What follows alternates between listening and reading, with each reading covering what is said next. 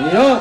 Today, we are christening this area, Butters, where there are a congestion of Filipino establishments as Little Manila.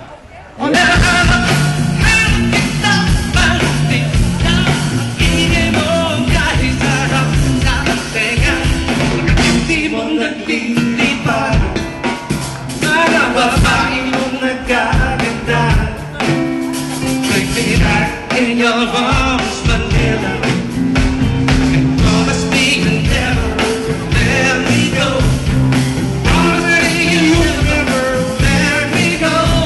Manila, Manila, I keep coming back to Manila.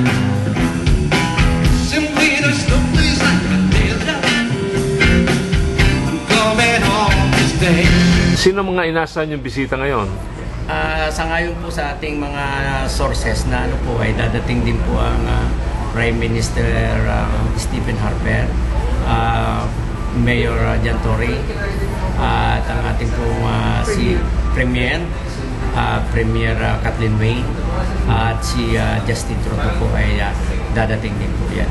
So, nagpahiwating po si Senator Poe. Grace po, Senator Grace po. Siya daw po ay available ng 23-24 kasalukuyang August, ay nagpadala po siya ng mensahe sa amin na baka daw pwedeng imbitahin siya. Subalit kami naman po ay hindi nagatubili, sinagot na po namin yung kanyang kahilingan na iniimbitahan po natin. So gusto niyang mag-appear dito sa Taste of Manila. Okay. Hello! Welcome to Taste of Manila. I think it's a big success. Very proud ng mga Pinoy. Parang nasa Quiapo. Trabaho, tapos may ganitong fiesta. Sana tuloy-tuloy na ito. Okay, mabuhay. Taste of Manila. Oh! Ayan na! Alawet mo! Lugar sa room. Okay, wow.